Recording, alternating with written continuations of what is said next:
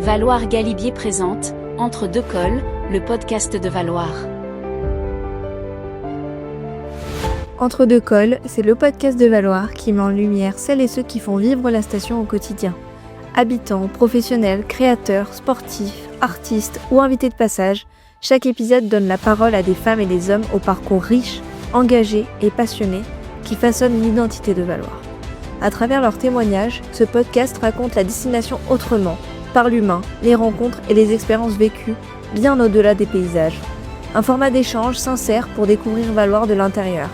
Installez-vous confortablement et bonne écoute. Bonjour à tous, merci de nous écouter aujourd'hui. Donc nous sommes sur Entre deux cols, le podcast de Valoir. Nous remercions tout particulièrement l'Alpe d'Euzélie, donc le restaurant d'altitude situé sur le domaine de Valoir. Nous sommes aujourd'hui à 2100 mètres d'altitude. Si vous pouviez voir le décor dans lequel nous sommes, c'est majestueux, entouré des plus grands sommets emblématiques de Valoir. Donc voilà, on est bien accueillis et on les remercie. Donc aujourd'hui, nous tournons ce podcast grâce à l'événement Les Sommets littéraires, donc qui a duré 3 jours. Le but est de découvrir ou redécouvrir le monde du polar dans un décor encore une fois somptueux. C'est la 2e édition cette année. Pendant 3 jours, il y a eu donc des projections, des rencontres, des dédicaces, des ateliers d'écriture. Un programme très riche. Et je suis donc accompagnée de 3 auteurs, donc Yann Manouk, Anaïs Pellier et Sacha Bertrand. Donc merci de votre présence aujourd'hui. Je vais vous laisser vous présenter tour à tour. Et je suis Yann Manouk, je suis auteur de romans policiers et d'autres choses aussi, romans d'aventure. Je publie depuis 12 ans et j'ai publié 30 romans. Moi, je suis Sacha Bertrand. C'est mon premier roman qui est sorti l'année dernière aux éditions Paulsen, qui s'appelle 11h02, Le vent se lève. Donc pour le coup, moi, les gens me connaissent moins ici, mais j'ai fait plein de belles rencontres et de belles découvertes à Valoir. Bonjour, donc moi c'est Anaïs Pellier et je suis ici parce que Yann Manouk avait la gentillesse de nous inviter, nous deux les débutants, Sacha Bertrand et puis moi-même. Comme ça permet de mettre un peu de lumière sur nos premiers romans et moi je suis venue défendre Caravane, un faux polar qui se passe en Antarctique. Connaissiez-vous Valoir avant votre premier séjour Moi, je connaissais Valoir parce que j'avais appris à Saint-Jean-de-Luz qu'il y avait le même retable que dans l'église de Saint-Jean-de-Luz. Donc, je me suis dit, il faut absolument que je voie Valoir. Sacha. Moi, je vis dans les Hautes-Alpes, pas loin de Gap, donc du coup, j'avais entendu parler de Valoir, mais c'est vrai que vivant à la montagne, je vais pas forcément dans d'autres montagnes parce que j'ai ce qu'il me faut à proximité à ce niveau-là. Et donc, c'est vrai que ça m'a fait une très belle opportunité de venir découvrir Valoir. La prochaine fois, c'est super si vous pouvez faire ça en été. Comme ça, je peux passer par le col du Galibier. C'est vachement plus court et puis ça me fera découvrir le col en plus. Effectivement, la route est bien plus courte en On avait fait un petit peu un dépôt, mais ravi de découvrir d'autres montagnes. Du coup, ça me fait l'occasion d'en voir d'autres que celles que j'ai l'habitude de côtoyer. Anaïs. Alors moi je connaissais pas du tout Valoir, moi je viens du Grand Ouest, après j'ai habité plusieurs années à Lyon, mais c'est vrai que j'étais jamais venue dans la vallée de la Maurienne. Donc c'est une découverte et ça fait du bien de voir des villages qui ressemblent encore à des villages et où les gens ont une vraie vie de communauté. Donc c'est vraiment une belle découverte. Effectivement, il fait bon vivre d'habiter à Valoir. Donc vous étiez à Valoir pour l'événement Les Sommets littéraires, un événement qui fait dialoguer littérature et montagne. Qu'est-ce que cela représente pour vous d'être ici aujourd'hui Sacha, je te laisse commencer. Ça fait, c'est assez intéressant parce qu'en fait, moi, dans le prochain projet que je réfléchis, je m'intéresse beaucoup aux stations de ski, à l'aménagement des montagnes dans l'ensemble. Donc c'est des problématiques qui sont assez présentes dans mon esprit en ce moment. Donc ça fait une bonne occasion d'être sur un terrain et aussi sur des montagnes que je connais pas, justement pour voir un peu comment ça se passe à d'autres endroits.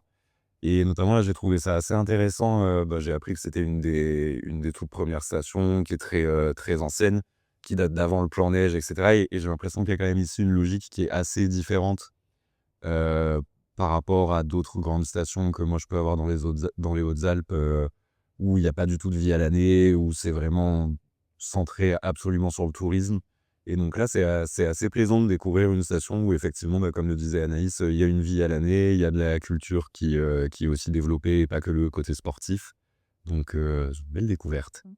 Yann? En fait, moi, je fais beaucoup de rencontres. Et c'est une des premières ou une des rares, en tous les cas, où je trouve qu'il y a une excellente combinaison de la taille humaine. C'est-à-dire que j'ai l'impression que des montagnes sont à la taille humaine ici, que la station est à taille humaine, que le village est à taille humaine, que les rencontres sont à taille humaine. Et ça change tout. Ça change à la fois ce qu'on vient y faire, la façon dont on se comporte, ce qu'on dit, ce qu'on échange. C'est vraiment une très belle expérience. Effectivement, les sommets sont quand même accessibles. On a quelques sommets à plus de 3000, mais voilà, ils nous paraissent très proches, lui, d'ici. Anaïs? Moi, ça me fait du bien de revenir à la montagne parce que depuis que j'ai dû repartir dans le Grand Ouest, ça me manque beaucoup. Et c'est vrai que là, par rapport aux rencontres avec les lecteurs, ce sont tous des gens qui ont une sensibilité particulière envers la nature. Et comme c'est vraiment la ligne éditoriale de la collection dans laquelle on est publiés tous les trois, ça fait que la connexion se fait très vite, les questions sont très vite très pertinentes et on partage très facilement nos ressentis, nos expériences. Et ce sont des livres qui vont leur parler, je pense, beaucoup plus qu'à l'ensemble des lecteurs qui habiteraient dans d'autres régions très loin de ce milieu naturel qui est vraiment très présent au quotidien. Donc c'est très enrichissant. Qu'avez-vous découvert à Valor durant votre séjour?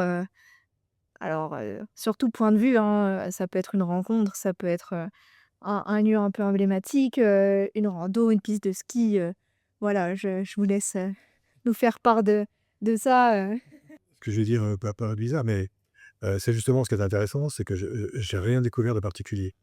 C'est-à-dire qu'il n'y a pas un point qui est le point de fixation de l'intérêt du village ou du coin. C'est tout dans ce qui est son côté quotidien m'a plu et m'a semblé intéressant. C'est-à-dire que la petite balade en raquette pour aller jusqu'à la yourte, monter ici une fois dans le brouillard, une fois en plein soleil, euh, l'atmosphère du village. Hein, c'est le village dans le bon sens du village. C'est-à-dire, c'est pas le fait qu'il y avoir peu de maisons. C'est le village dans le sens, c'est peu de maisons regroupées autour d'une vie dont on sent qu'elle existe en dehors des gens de passage. Et voilà, il n'y a rien de particulier. Sinon, la qualité globale de tout ce qui a fait le séjour ici, c'est-à-dire l'hébergement, les rencontres, les repas, voilà, et aujourd'hui, ça peut sembler bizarre, mais chacun veut essayer d'avoir son point de repère, son monument iconique, sa montagne à lui. Enfin, et là, ce qui surprend, c'est justement le contraire.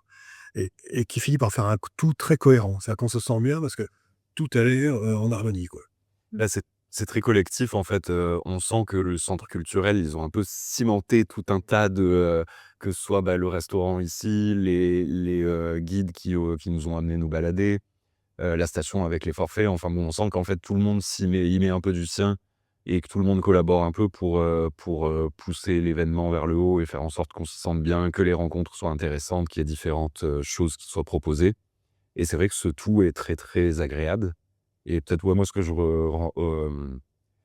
que je ramènerai avec moi le plus, c'est aussi les rencontres avec les 2 autres auteurs. Là, on s'est très bien entendus, c'est très bien tombé et c'est aussi un beau moment, de rencontre à ce niveau-là, donc merci à Valoir d'avoir, permis de faire ça.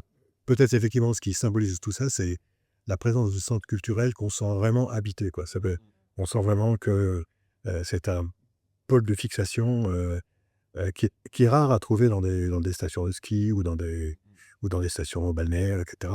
Là, on a vraiment l'impression que c'est intégré et que ça fait partie totale de la vie du village et on y a été très bien accueillis. Alors déjà, de par la position centrale du centre culturel dans Valloire, c'est vrai que la place est très importante, et puis il y a de nombreux événements, où le centre culturel est organisateur ou co-organisateur. Donc effectivement, il y a vraiment cette place importante de la culture à Valloire, d'autant plus que voilà, Valloire est capitale mondiale de la sculpture éphémère. Donc l'art est vraiment ancré dans Valloire. Capitale mondiale. Oui, effectivement. Ça plaisante pas. Anaïs, qu'as-tu découvert, toi? Écoute, ils ont tout très bien dit. Du coup, je vais complètement dire un truc qui a rien à voir. J'ai eu la force de partir 2 heures marcher en raquette au-dessus du hameau de Bonne Nuit. Et moi qui adore les oiseaux, j'ai vu pour la première fois des nivroles. Voilà, donc je suis allée me renseigner sur ce petit oiseau qui apparemment est un des oiseaux qui vit le plus haut dans les montagnes, alors que c'est à peine plus gros qu'un moineau. Et je suis très contente d'avoir découvert, à côté de toutes les merveilleuses choses qu'ils ont dit, un nouvel oiseau très joli à observer. C'est juste parce que nous, on n'a pas fait d'enquête, c'est vrai. Bah, d'ailleurs, je remercie Philippe, qui est un super guide. Et qu'est-ce qui vous a le plus marqué? Donc, bon, du coup, à ce que je comprends, c'est vraiment la globalité de la destination. Euh, un paysage, une vue. Non, vraiment dans. Ah, moi, j'ai parlé de mon oiseau, du coup. Ça, c'est bon. Dans la rencontre qu'on a faite, ce qui m'a marqué, c'est la rencontre d'hier après la projection du film et la qualité des échanges. La qualité des échanges qui sont passés après, c'est que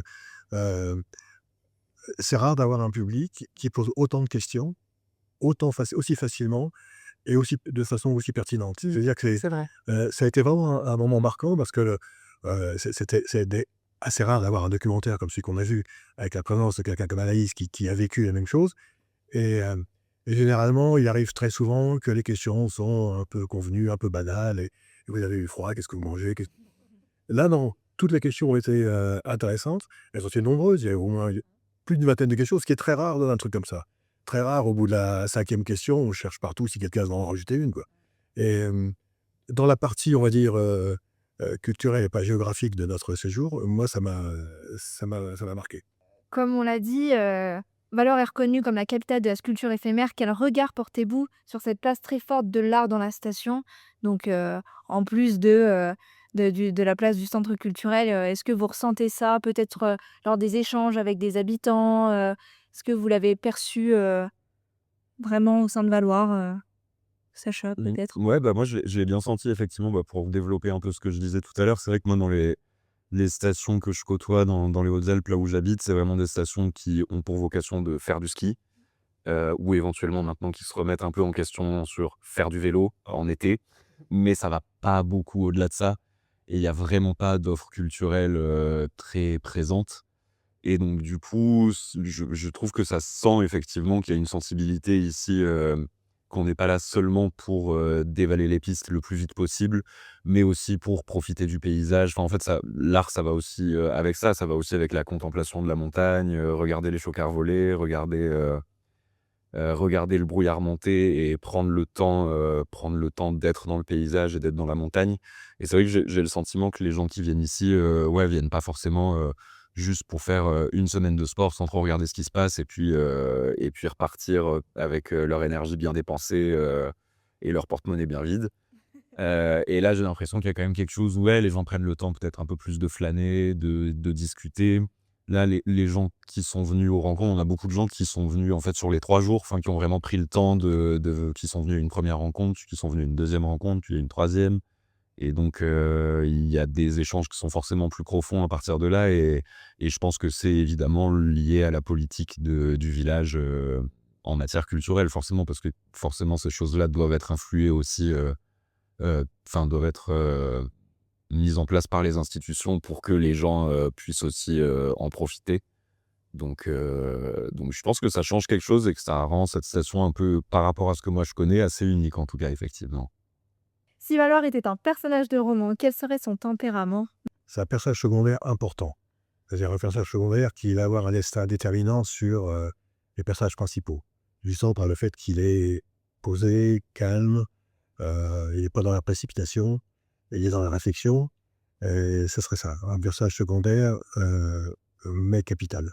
Anaïs, peut-être une idée? Moi, je verrais bien un personnage qui, de prime abord, a l'air d'être la force tranquille, posée, peut-être un peu hédoniste, mais voilà, pas quelqu'un qu'on va remarquer facilement et qui, dans l'adversité, va se révéler vraiment être quelqu'un de très solide mentalement et de capable de beaucoup de résilience. Voilà, je verrais ce contraste-là.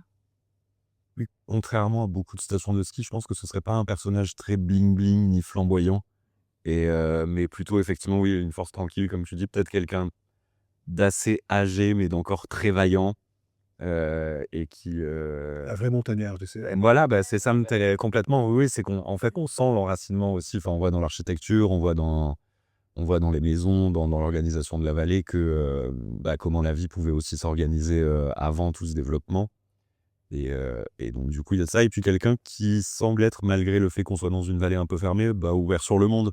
Vu que c'est un lieu de passage aussi avec la route des Grandes Alpes, le col du Galibier et tout ça, je pense qu'il y a un côté, ouais, effectivement, ouvert et droit. Mmh. C'est très intéressant et si un jour vous avez la chance d'échanger avec des locaux, on vraiment ils transmettent, ce que vous dites, cette force tranquille, tout en ayant cette force parce que, effectivement avant c'était pas forcément facile la vie en montagne, on le sait. Valloires était vraiment un village, voilà, avant d'être une station de ski donc il y a vraiment eu cette culture-là et on le sent dans les échanges. Alors maintenant, on va revenir un peu sur donc l'événement, sur les rencontres que vous avez pu faire pendant ces 3 jours. Comment avez-vous vécu les rencontres et les dédicaces avec les lecteurs à Valloires? Bah, je vais rebondir un peu sur ce que disait, Yann tout à l'heure et c'est vraiment la qualité des échanges et je mets un peu en lien avec le fait que les gens soient sensibles à cet environnement ici, et une appétence pour la nature, pour ces montagnes, qui sont quand même fantastiques et ce qui fait que contrairement à d'autres rencontres que j'ai pu avoir, c'était très riche tout de suite, très facile, très, voilà, ça répondait, les arguments, vraiment, ça se construisait avec une facilité, assez déconcertante et dans une ambiance, très simple. Voilà, il y avait pas de prise de tête, il y avait pas de voilà. Yann, il a quand même la réputation qu'il a et puis il est en toute simplicité, ce qui fait que tout ça a été dans une convivialité, qui était très, très, très agréable.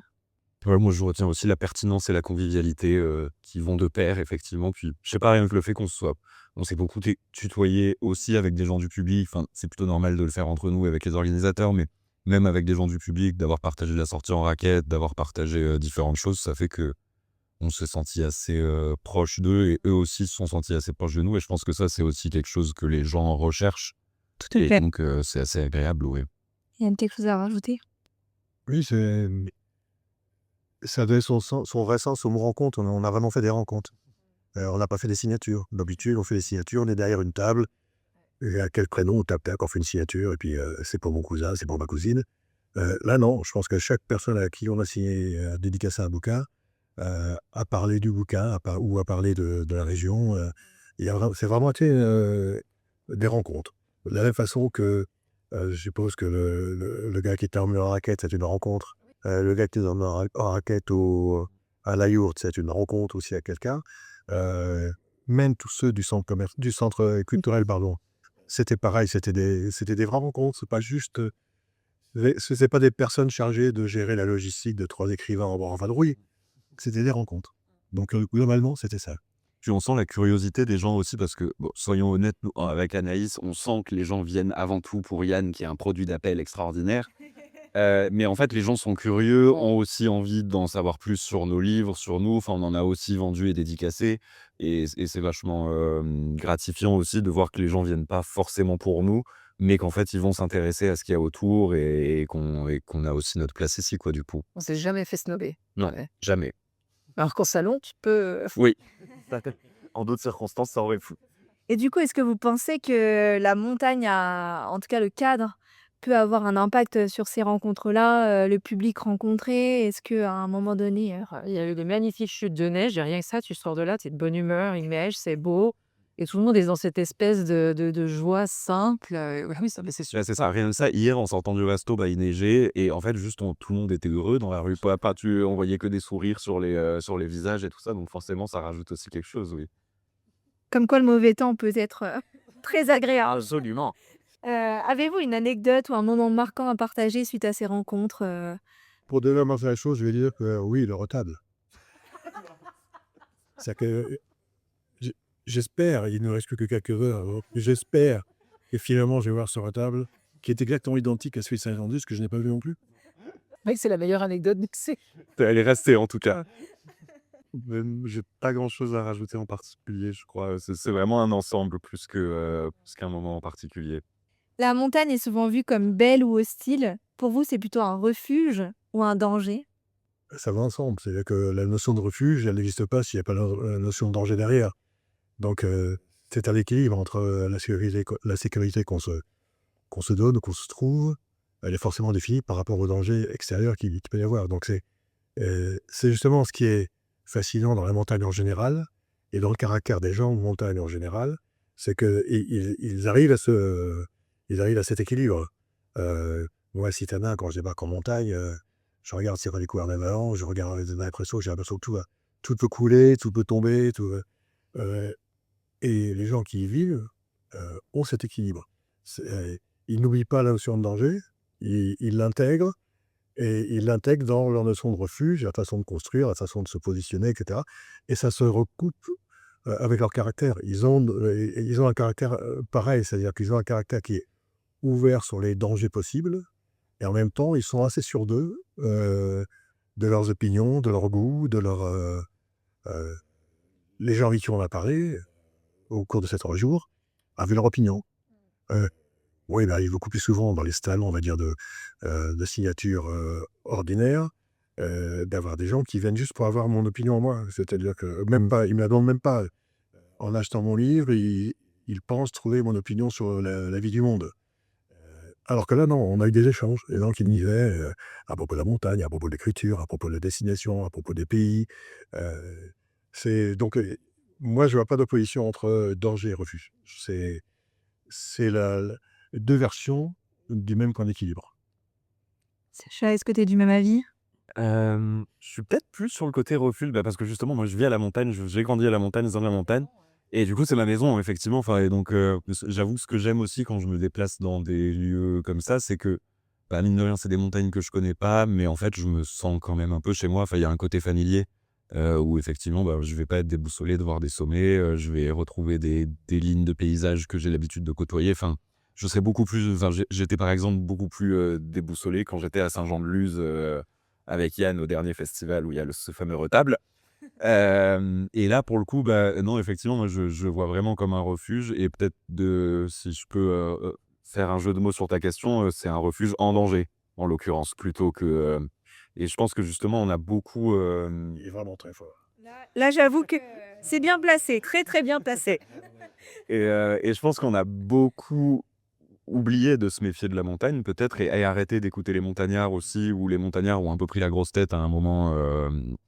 Et où on a, justement considéré que la montagne était notre terrain de jeu et ça a pas empêché qu'il y ait des accidents et cetera. Mais où n'empêche, on est, j'ai l'impression, dans une logique de domestication de la montagne, dans l'ensemble plutôt. Et peut-être que ça peut être bien, oui, de pas oublier que la montagne, est un danger, mais est aussi en danger à cause de ce qu'on en fait. Et risque de ne plus être un refuge, d'ici quelque temps, du fait de cette, potentielle surexploitation, de la montagne. Donc ouais, voilà ce que j'ai à répondre à ce niveau-là. Anaïs, son avis? Je vais pas avoir grand-chose à rajouter, en fait, hein. Je suis très d'accord avec les 2, oui. Je dirais juste que j'ai souvent, sous-estimé le danger de la montagne. Moi, je venais du Grand Ouest faire la semaine de ski. Je consommais du loisir, du ski alpin et c'est en me mettant à marcher et en me mettant à marcher sur des sites assez isolés que j'ai compris, en fait, à quel point on était vulnérable en montagne. Et je dirais juste que quand je marche dans des endroits assez isolés, j'ai les 2 sentiments en même temps. C'est-à-dire que je me sens à l'abri du monde. Mais je sais aussi que je peux me blesser, que je peux glisser sur un caillou et donc j'ai ces 2 sentiments qui sont tout à fait au même moment présents, mais ça fait que je me sens plus vivante. Voilà, ça me remet vraiment, dans ma peau et ça fait du bien. Je suis complètement d'accord avec cet avis-là. Je vais raconter une petite anecdote. J'ai pu, donc j'habite en montagne, j'habite à Valloires et j'ai pu, donc fermer, les pistes avec les pisteurs secouristes, de Valloires et puis, nous voilà donc sur la piste des Selles pour ceux qui connaissent, donc c'est une piste très longue qui redescend, donc jusqu'en bas, et on se retrouve, loin dans la vallée, en direction de l'Aiguille Noire et donc il était à peu près 17 heures et là, plus un bruit. Vraiment, le calme plat, les remontées mécaniques ne fonctionnaient plus aucun skieur puisqu'on était en train de fermer les pistes et c'est presque inquiétant. C'était magnifique, mais c'était presque inquiétant en se disant: «Là, s'il arrive quelque chose, personne, du moins c'est ce qu'on pense, personne peut nous venir à l'aide». Alors que finalement c'est là où je me suis sentie vraiment vivante en me disant, voilà, je suis à ma place et c'est très, très perturbant comme sensation. Oui, c'est la force de la nature, hein, la force de la nature, Ouais. les montagnes, les océans, de nous ramener à notre propre condition le ramener à l'échelle du monde, ce qu'on est à l'échelle du monde, ce qui dans un premier temps peut être un peu oppressant et négatif, mais en même temps, ce qui est très fort, c'est qu'en revenant à ce que nous sommes, eh bien, on revit, on redécouvre ce qu'on est vraiment, et on redécouvre notre place exacte dans ce gigantisme magnifique, quoi. Donc si vous deviez situer une scène clé d'un thriller ici, où se passerait-elle exactement et pourquoi? Ben, ça, c'est évident, hein. C'est le vol du retable dans l'église de Meluard. Et l'enquête qui va nous emmener jusqu'à Saint-Jean-de-Luz peut voir si c'est le vrai. Voilà, c'est ça. Non, mais vous aviez pas trouvé une scène avec. Oui, mais je sais pas s'il voulait la décrire ou pas. Je me souviens plus. Ah, en fait, quand on est arrivé, quelqu'un nous a montré une des sculptures de glace, tu pas vu en vrai, et qui est celle d'une femme enceinte où on voit à travers son ventre transparent le fœtus. Et c'est assez drôle parce qu'assez rapidement, avec Yann, on a dit bah, on pourrait bien mettre un cadavre en fait dans cette sculpture de glace, qu'on verrait par transparence. Et voilà, au matin, le village se réveille et on découvre le cadavre dans la sculpture de glace. Et après, on est rentré dans la technique, c'est-à-dire que mettre un cadavre dans le ventre d'une femme enceinte, c'est assez compliqué. Il y a un petit côté la mystère de la chambre jaune. Mais après, il y a un autre truc qui est encore pire, c'est qu'on peut imaginer que c'est la femme qui est morte et à l'intérieur, elle a l'enfant vivant. Donc elle a l'enfant dans Ils sont tordus, ces auteurs de polar, hein. Ouais, ça doit être le côté médical. Ouais. Et toi, Jean, t'avais pas. Non, j'ai pas de truc particulier. Bah, faut dire que j'ai déjà pas mal d'images en tête dans d'autres. Non, je vais pas. Bon, histoire à suivre, prochain livre à lire. Voilà, tout à fait. Bon, déjà, dans le prochain livre de Sacha, vous allez avoir toute la notion de l'esprit d'une station d'une station de ski, l'esprit de la montagne, la rédaction. Mais que dans tous les cas, en fait, je suis très content d'être à Valoir parce que c'est vraiment dans le cadre de ce que j'ai envie d'écrire. Donc, Le prochain bouquin sort, il a sa place ici. absolument. Obligatoire. On se recontactera avec grand plaisir. Faut juste me laisser le temps de l'écrire avant ça. En tout cas, on espère avoir pu aider sur justement cette rédaction. Ouais, complètement. Et puis en plus, mais enfin, quand même, c'est assez drôle parce qu'on a nos éditrices qui sont venues aussi aux rencontres et ça a fait l'occasion qu'on discute avec elles aussi. Enfin, on avait notamment avec Anaïs tous les deux des rendez-vous à avoir. Et je sais que moi, personnellement, ça m'évite quand même un aller-retour à Paris. Et je suis très content d'avoir fait ce rendez-vous ici plutôt que de taper l'aller-retour Boulevard Saint-Germain, effectivement. Surtout, il faut être honnête, ça leur a permis de perdre des éditrices dans la nature et on sait pas mal. Et ça, c'est le deuxième chapitre. Mais donc, du coup, ça a quand même permis aussi ces rencontres-là. Et mine de rien, d'un point de vue professionnel, ça a aussi avancé. Donc, c'est une bonne occasion de lier l'utile à l'agréable. Comme quoi, tout ne se fait pas à Paris. Non, ça fait plaisir. Tout à fait. Et merci Valoir pour ça. On va parler d'un sujet un peu plus actuel. Selon vous, pourquoi le polar attire-t-il autant de lecteurs aujourd'hui? Peut-être Yann, peux-tu commencer? C'est parce que le polar a fait deux choses. Il a réintroduit le romanesque dans la littérature.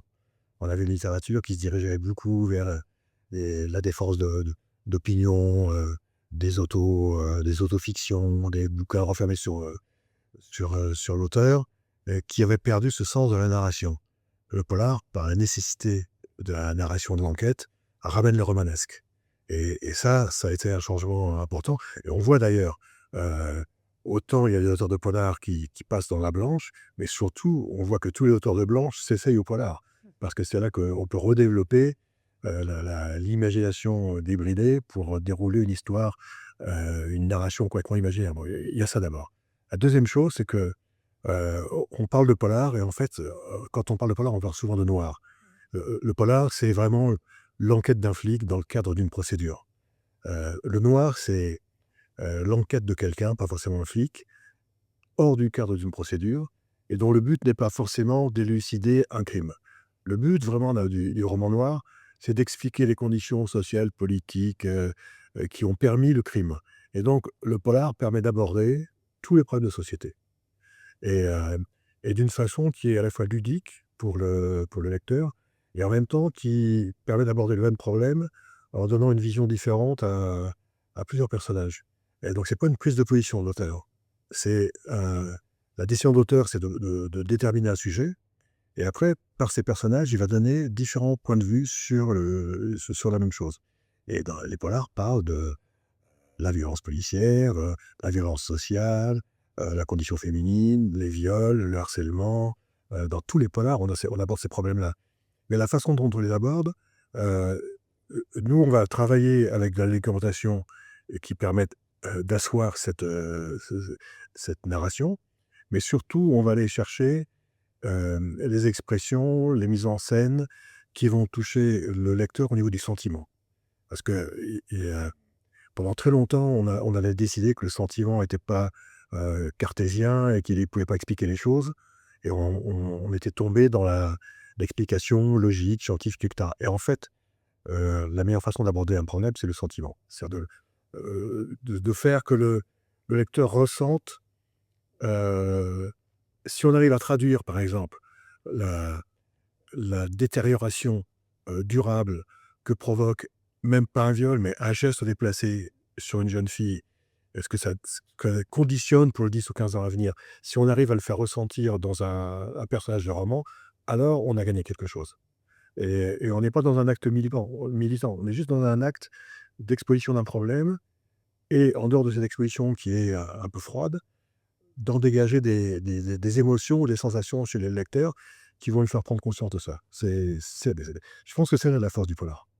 Sacha Anaïs, peut-être quelque chose à rajouter Non, alors en fait, moi, je vais dire un truc contre ma paroisse, je suis nulle en polar. Et du coup, non, je suis incapable d'avoir l'analyse de Yann, mais oui, j'ai bien écouté. Bien d'accord. Et c'est juste le privilège de la vieillesse, hein. Bah, c'est là, cette expérience que nous, on n'a pas. J'ai pas Pas encore. J'ai pas réfléchi au truc. Selon vous, est-ce plus difficile aujourd'hui de capter l'attention d'un lecteur? Bah, j'imagine que mathématiquement, oui, puisqu'il y a de plus en plus d'offres pour de moins en moins de lecteurs. Ouais. Et en plus, quand on est fâché avec les réseaux sociaux comme moi, où je ne vais pas pouvoir jouer le jeu d'Instagram, de Facebook, d'être vraiment dans l'interaction. Maintenant, il y a des blogs de lecteurs sur Instagram, et je sais même pas faire ça. Donc, ouais, j'imagine que c'est pas facile. Bah, puis c'est vrai qu'après, il y a aussi la problématique. Moi, j'ai pas envie d'être. Je crois que je suis le plus jeune de nous trois, et du coup, j'ai pas envie de faire le vieux con et de dire que les réseaux c'est nul et tout ça, parce qu'il y a plein de trucs super. Mais j'ai l'impression que même moi, je le ressens sur moi, qu'on a quand même un vrai problème de temps d'attention, effectivement. Où moi, je vois bien aussi que depuis que j'ai commencé à scroller, j'ai plus de mal à être concentré pendant longtemps et tout ça. Donc, je pense que c'est un vrai problème de société, dont il faudrait se soucier peut-être un peu plus que ce dont on s'en soucie actuellement. Et sans doute que ça fait qu'il y a peut-être moins de gens qui iront naturellement vers la lecture, parce que c'est vrai que ça demande cette attention et cette concentration sur le moment. Après, j'ai quand même bon espoir. Enfin, je sais pas, le livre a survécu à l'arrivée du cinéma, à l'arrivée de la télé, à l'arrivée d'internet. Donc je me dis quand même qu'il y aura toujours des gens qui auront envie de lire des livres, et en tout cas, il y aura toujours des gens qui auront envie d'en écrire. J'espère qu'il y aura toujours des structures qui arriveront à les publier et d'autres qui arriveront à les vendre, de préférence de manière indépendante. Donc c'est une vraie problématique, mais j'ai envie d'être optimiste, aussi parce que c'est ce que j'ai envie de faire de ma vie. Donc ce serait un peu déprimant de me dire que ça sert à rien et que plus personne va lire dans 5 ans. Mais non, quand même, c'est vrai que ça date les livres, donc je pense que ça survivra quand même. Qu'est-ce qui vous donne encore envie d'écrire livre après livre? Est-ce qu'à un moment donné, il y a eu un fait marquant ou quelque chose qui vous donne envie de continuer? Bon, après, j'ai l'impression qu'il y a pas tant de choix j'ai plus ressenti un besoin d'écrire à un moment, qui fait que j'ai l'impression que c'est le médium qui me correspond le mieux, dans les choses que j'ai envie d'exprimer. J'ai pas l'impression qu'il y aura un jour où j'aurai plus envie d'exprimer quoi que ce soit. Ça me semble peu crédible avec, qui je suis. Et donc ouais, moi j'ai un peu de mal à parler d'envie, et je crois que je parlerais vraiment plutôt de besoin. Et donc du coup, c'est pas tant une question que je me pose, c'est une histoire qui me tombe dessus et que j'ai besoin de raconter à un moment, effectivement. Ce qui peut rentrer en conflit avec, le fait que, c'est pas forcément l'histoire que le marché attend, c'est pas forcément l'histoire que, Donc ça, c'est aussi des questions qui se posent, mais je pense qu'en tout cas, au tout départ, il y a quelque chose d'extrêmement viscéral d'avoir envie de partager une histoire. Et il se trouve que c'est à l'écrit que je suis le plus à l'aise pour le faire et la forme du roman me correspond bien. Donc c'est à partir de là que je vais partir. Mais c'est vrai que ça vient de quelque chose d'assez viscéral et que je ne saurais pas vraiment expliquer, je pense, au départ. Du coup, c'est pas la même chose. Il y a l'envie d'écrire et il y a le projet d'être publié. L'envie d'écrire, moi, elle me déborde. Ça déborde et il faut que ça sorte. Et ça va sortir sous des tas de formes. Et c'est comme le musicien qui va se mettre à sa guitare parce qu'il a besoin de jouer. Voilà. Et après, il y a la démarche de publier. Euh, Moi, je suis absolument grisée par ce qui se passe depuis la sortie de Caravane. Je suis grisée par le fait de pouvoir partager cet endroit que j'ai aimé avec des lecteurs. Et ça, vraiment, ça nourrit le projet d'après, qui se passe à Crozet, qui est une île qui me tient vraiment à cœur. Et pour celui d'après, c'est encore une autre démarche. C'est un séjour en Guyane qui m'a mis dans une colère noire à cause de ce que j'y ai vu, du fonctionnement de la société là-bas. Et puis, il s'est passé un drame. Et là, pareil, c'est venu comme une boule de lave. Et je me suis dit, ça, il va falloir que j'en parle et il va falloir que je le mette sur le papier. Après, est-ce que ça va réussir à être publié? Ça, c'est encore autre chose. Mais je pense que tant que ça me débordera, de toute façon, il y a des choses qui auront besoin de sortir sur le papier. C'est une pulsion. Donc pour vous deux, c'est plus un besoin. Bah, c'est aussi une passion parce qu'il y a aussi, enfin, moi, je pense que je suis rarement aussi heureux. Enfin, il y a des fois où je suis en train d'écrire et je suis vraiment, enfin, ça me fait ressentir une joie immense et c'est beau quand ça arrive, ça. Enfin, c'est vraiment. Donc, il y a quand même un côté passion aussi, je pense, à ce niveau-là. Mais ouais, il y a quand même un côté, oui, une pulsion, besoin. Ça, bon, après, c'est assez drôle parce qu'en général, j'écris des histoires. Puis 3 mois ou 6 mois après, je regarde ce que j'écris, puis je suis là: «Ah mais en fait, je parlais de ce trauma-là» et il y a vraiment un décalage qui se fait où j'ai l'impression que je fais une espèce de psychothérapie, mais à travers mes personnages et mon intrigue qui ne me concerne pas du tout et en fait, je me prends la réalité en face, beaucoup plus après l'écriture, je suis là: «Mais en fait, je parle complètement de ce truc perso-là, dans cette histoire et j'ai réglé ces trucs avec moi-même à ce moment-là», mais sans vraiment m'en rendre compte sur le moment, quoi, finalement. Yann, peut-être quelque chose à ajouter sur cette histoire-là? Je commence beaucoup plus tard, hein, je publie à 65 ans. C'est différent parce que depuis j'en ai publié 30. Donc il y a des mécanismes qui se sont mis en marche. Heu, les motivations sont les mêmes au départ, hein. C'est parler de choses qu'on aime, qu'on a à l'intérieur. Heu, moi j'ai essayé un petit peu le dessin, un petit peu la peinture, gratouiller la guitare. C'est pas la meilleure chose que j'ai trouvée pour, extérioriser ce que je ressentais. Et l'écriture me convenait, exactement comme vous 2 là. Hem, maintenant moi mon plaisir il bon d'abord, un plaisir c'est d'avoir réussi, déjà, parce que ça élimine un certain nombre d'angoisses et après il y a un autre plaisir qui se dessine, c'est de progresser dans l'écriture et de se permettre des choses, des thèmes, des façons d'écrire, des trucs un peu différents, de se permettre d'aller essayer, la saga historique, d'aller essayer le huis clos, d'aller, essayer le polar ou le polar américain avec ses propres différences et là, on a presque un plaisir de alors on revient à la musique et en fait, à la musique, on peut exceller dans 2 choses. On peut exceller dans les gammes, c'est-à-dire que savoir jouer une partition, mais à la perfection et il va falloir la jouer 250 fois pour un jour se dire: «Ah, j'atteins la perfection». Ou on peut, accéder à la perfection dans la musique par l'improvisation, c'est-à-dire qu'en partant en vrille, en roue libre et en arrivant à une création à un moment qui est parfaite. Moi, je me trouve dans cette situation où les 2 sont presque réunis. C'est-à-dire que, heu, il y a des livres que je considère, mieux écrits que les précédents, parce que dans les précédents, j'ai appris un certain nombre de choses et donc il y a presque une fierté, d'artisan, d'arriver à refaire, ce qu'on croit la même chose, voilà, parce que c'est toujours une histoire, c'est toujours, des pages avec une couverture dessus, des personnages dedans et cetera et en fait, on est comme l'artisan qui va travailler 10 fois, 20 fois, 40 fois sur la même poterie ou, et se dire: «Bah, celle-ci, elle est meilleure que les autres grâce aux autres». Donc là, il y a un autre plaisir complètement nouveau, qui est un plaisir beaucoup plus calme, heu, beaucoup moins stressant, heu dont je profite alors à 200. Qu'aimeriez-vous que vos livres laissent chez un lecteur une fois refermés? Alors ça, c'est vraiment, je pense, propre à chacun ou peut-être que ça se rejoint? Il y a une lectrice qui me l'a très bien dit. Elle m'a dit: «Je l'ai fini il y a une semaine et je suis toujours pas revenue». Voilà, et ça, c'est le meilleur compliment que je puisse avoir. Peut-être des sentiments?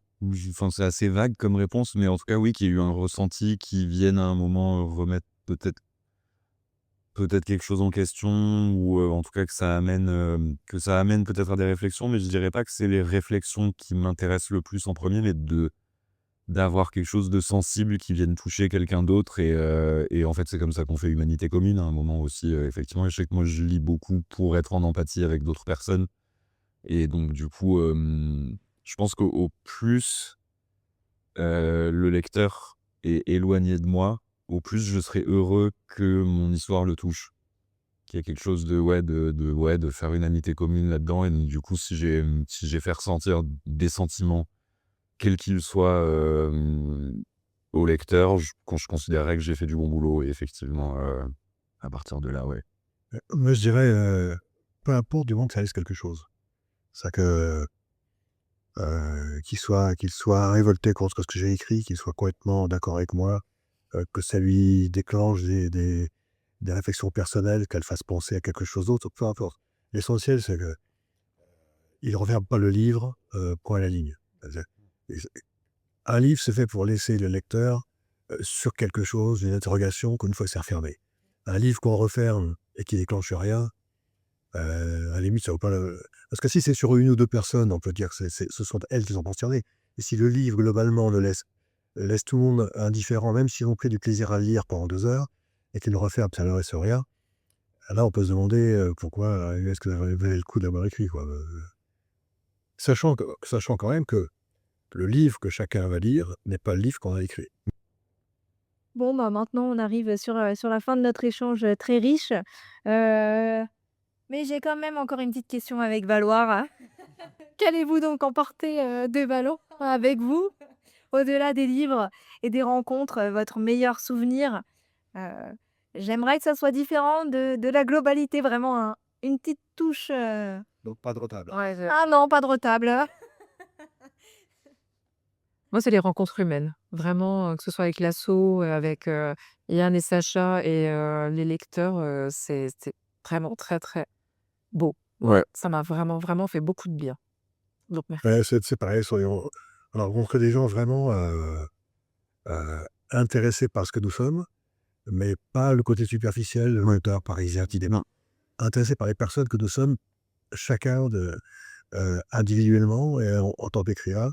Et peut-être, ouais, je dirais la rencontre à la Yourte qui était une bonne, qui avait l'occasion de replonger dans mon tout premier roman, au niveau de la lueur et de voir que, bah, une grande partie des lecteurs avaient déjà compris ce que j'avais mis dans le bouquin et connaissaient déjà à peu près le fonctionnement. Donc, on se dit: «Bon voilà, on a écrit un bouquin il y a 12 ans et ça correspond encore à quelque chose dans le cœur ou dans la tête de gens qu'on rencontre 12 ans plus tard dans un environnement, particulier». Sacha, peut-être quelque chose à ajouter? Bah, je fais aussi sur les rencontres humaines, mais c'est vrai que pour, ajouter quelque chose, ça peut en fait, quand on fait des salons ou des rencontres, des festivals, des choses comme ça peut souvent être assez, c'est jamais désagréable parce qu'on est invité, enfin, on est au les gens sont en général aux petits soins ou quoi, mais moi, je trouve que ça peut être un peu gênant parfois parce qu'il y a un côté assez mielleux où on sait pas trop. Bah, il y a un co oui, voilà, où on sait pas trop si les gens sont sincères, si, alors là, c'est vraiment une question que je me suis posée à aucun moment, en étant ici, quoi. Il y a quelque chose de très naturel, de très simple, où on sent qu'il y a un réel intérêt, sans non plus nous glorifier comme des êtres inaccessibles, qui, font des choses extraordinaires parce que bah, je sais pas moi après, là je suis avec quelqu'un qui fait des expéditions polaires, quelqu'un qui écrit 3 romans en même temps, moi je me sens un petit peu naze mais il y a pas de problème, ça va, je le vis très bien justement. Ce que nous sommes, individuellement, ne compte pas. Non, c'est Mais ce qui compte, c'est qu'on est tous les 3 ici, on a passé une bonne semaine, on a parlé du bouquin qu'on aimait, on a parlé du bouquin des autres.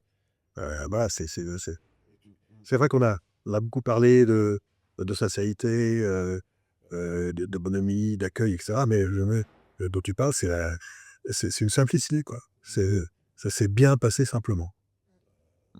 Voilà. tout à fait. Tout cas, on sent vraiment que voilà, tous les 3 il y a eu une vraie synergie, on sent vraiment voilà une entente, et naturelle. Ouais, ouais, franchement très bon casting. Et bon, on en a déjà un peu évoqué, mais moi j'aimerais quelque chose, vraiment de vrai. Est-ce que ce séjour pourrait d'une manière ou d'une autre laisser une trace dans votre prochain projet? Ah, Peut-être, ah oui, oui, ah bon, clairement, hein, enfin, bah, déjà, rien qu'avec la discussion qu'il y a eu avec l'éditrice, enfin, en fait, rien que ça, c'est vraiment une pierre importante, moi, là, ça fait 1 an qu'on avait de la dernière fois qu'on a été en contact avec mon éditrice, le livre était même pas encore sorti. Donc c'était vraiment nécessaire qu'on fasse un point, et donc du coup, en plus, au vu du projet littéraire que j'ai, je trouve ça très drôle et très cohérent que ça se passe à Valloires dans une très vieille station de ski comme ça. Enfin, c'est très, ouais, c'est très, très cohérent et du coup, bah, je pense pas que je m'inspirerais parce que justement moi je suis plus intéressé par les façons dont on utilise la montagne maintenant et d'une façon très actuelle, alors que j'ai l'impression que Valloires est quand même héritier d'une tradition qui est beaucoup plus, ancrée dans un terroir, assez ancien et tout ça. Donc je pense pas que je partirai sur, que ça m'inspirera à ce niveau-là précisément en tant que station. Mais rien que l'ambiance dans laquelle on est, ça m'amène aussi des nuances dans ce que j'imagine et tout ça, donc non, c'est à peu près sûr qu'il y aura quelque chose de Valloires, dans ma prochaine publication si j'arrive à publier ce que j'ai envie de publier par la suite, en tout cas. génial. Anaïs peut-être? Moi, je pense que je vais retenir, la rencontre avec Yann et Sacha et puis, bah, Yann, c'est père Castor, hein, je veux dire, il a tout analysé et donc j'ai un peu bu ses paroles là pendant 3 jours parce que, je suis très preneuse en fait de pouvoir, construire, ce métier d'écrivain et donc je pense que pour le prochain, de nos échanges à tous les 3, oui, ça va bientôt faudra à construire le récit et peut-être à aller rechercher de la confiance en moi là où il y en avait plus trop, et franchement, je vais dire un truc, un peu brutal, mais, j'attendais pas forcément grand chose du salon. Ça fait 2 ans et demi que le livre est sorti et je suis un peu venue en mode, faut que je vive tout ce qu'il y a à vivre, enfin, je crois que le 2e va jamais exister donc j'y vais et c'est génial. Je repars avec des valises mais pleines, de bonnes choses, pour continuer et ça a été, vraiment charnière. Voilà. On est très heureux en tout cas d'avoir pu, permettre cette rencontre en tout cas voilà, sur ces 3 jours et si ça peut amener, à un projet, on en est très fiers. Bah, c'est ça, parce que je pense que, bah, du coup, hier, il y a eu la rencontre avec les éditrices, en public là et on se rend compte que les gens étaient assez avides de connaître les dessous du milieu de l'édition, de savoir comment ça se passe et tout ça. Mais en fait, il faut se rendre compte que nous-mêmes, en tant qu'auteurs, on n'est pas tant au courant de comment ça se passe et du coup, c'est vachement important et intéressant qu'on ait aussi des moments où on peut discuter entre nous, s'échanger un peu des infos, parce que c'est en fait, bah, notamment en tant que primo-romancier avec Anaïs, on côtoie pas le milieu en n'étant pas à Paris en plus, on côtoie pas vraiment le milieu. Enfin moi dans mon quotidien, je côtoie pas d'autres auteurs publiés effectivement et encore moins dans la même maison d'édition que moi et du coup, c'est quand même quelque chose de très précieux, je pense, que d'avoir des moments où on peut se retrouver entre auteurs pour discuter de notre travail et envisager le futur, ensemble aussi pour se soutenir entre nous. C'est très important, je pense. Hein. Yann, peut-être quelque chose à rajouter? Moi, ça va me servir, de façon très pratique. Je suis arrivé en train, j'ai écrit 5 ou 6 pages sur, des personnages qui gravissent un col entre l'Alaska et le Yukon, une pente de 45 degrés avec des raquettes qui à l'époque étaient faites avec des tendons de caribou et historiquement, je me demandais combien de temps ça prenait, parce qu'il y a pas grand-chose, il y a moins de 2 kilomètres et les données historiques disent que, il faisait ça entre 8 et 12 heures et je me suis dit: «Non mais je déconne, c'est pas possible, 2 kilomètres en 12 heures», et donc j'étais parti pour aller, corriger ça, et dire dans mon bouquin qu'ils vont passer le col, allez, en 4 heures parce qu'ils et puis j'ai fait une demi-heure de raquette et je me suis dit que finalement j'ai envie de lire à 8 ou 12 heures. Donc il y aura un petit quelque chose dans le prochain, au moins le temps de parcours des raquettes. C'est à ça que ça sert d'aller sur le terrain. Ouais. N'hésitez pas à venir, on va alors tester, Je sais pas, moi, il y avait plein de moments aussi dans les échanges avec les lecteurs, de voir aussi un peu les personnages qu'on a rencontrés, parce qu'il y avait plein de gens, c'est des personnages aussi quand même. Et moi, je trouve ça hyper inspirant. Enfin, en fait, je sais pas à quel point les gens s'en rendent compte, mais moi, je mange tout ce qui nous, tout ce qu'on voit, tout ce qu'on discute et tout ça. Alors je dis pas que ça va ressortir comme ça dans une histoire, j'en sais rien, mais je pense quand même que, c'est aussi des moments où, moi j'ai eu l'impression de beaucoup nourrir mon imaginaire aussi finalement et en plus en étant dans un contexte qui va avec l'histoire que j'ai envie d'écrire, c'est vrai que enfin j'ai été particulièrement attentif aux échanges qu'on avait, aux personnages que j'ai pu rencontrer parce que c'est aussi comme ça qu'on écrit de bonnes choses, sans doute en étant attentif à ce qui se passe autour de nous et en l'occurrence, il s'est passé plein de choses intéressantes, quoi.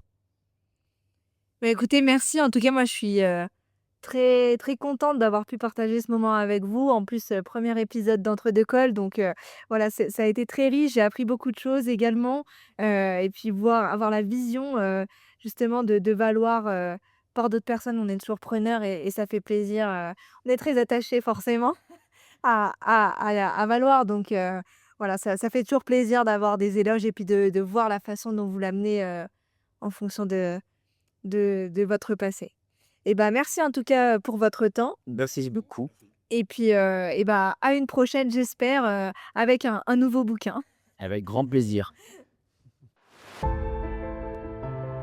Merci d'avoir partagé ce moment avec nous. Si cet épisode vous a plu, n'hésitez pas à partager ce podcast autour de vous et à vous abonner pour ne manquer aucun épisode. À très bientôt!